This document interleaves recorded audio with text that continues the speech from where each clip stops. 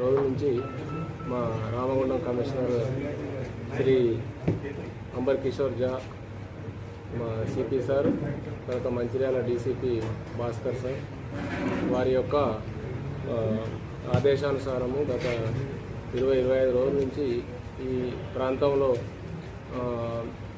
ప్రతి సంవత్సరం లాగా ఈ నకిలీ విత్తనాల మీద నిఘా ఏర్పాటు చేయడం జరిగింది. పాత గతంలో కేసులలో ఉన్న వాళ్ళు, అనుమానిత వ్యక్తులను, వాళ్ళ ఇళ్లలు, పరిసరాలు చెక్ చేస్తున్న సందర్భంలో మనము ఈ 20 డేస్ నుంచి భీమిని, కన్నెపల్లి, తాండూరు ఏరియాలో కొన్ని కేసులు చేయడం జరిగింది.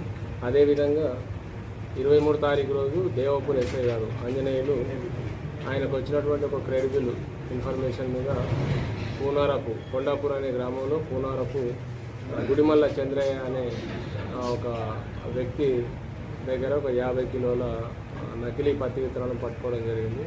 అతనికి సహకరించిన వ్యక్తి తాండూరుకు సంబంధించినటువంటి బాలకృష్ణ. వీళ్ళిద్దరూ కలిసి ఈ చంద్రయ్య ఇంటి దగ్గర ఒక 50 కిలోల నకిలీ విత్తనాలు పెట్టారు. దాన్ని మనం పట్టుకొని అదే రోజు వ్యవసాయ అధికారి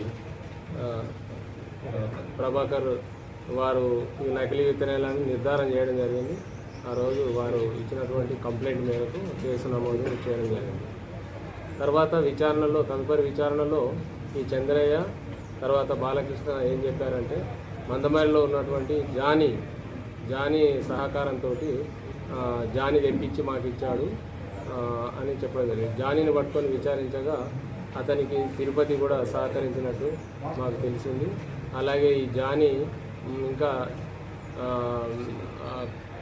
మనకు బైన్సా నుంచి రజాక్ అనే వ్యక్తి మాకు సప్లై చేసిందని చెప్పడంతో ఎస్ఐ దేవపూర్ ఆంజనేయులు బైన్సాకు వెళ్ళి రజాక్ను తీసుకొని వచ్చి ఇక్కడ మేము విచారించాము.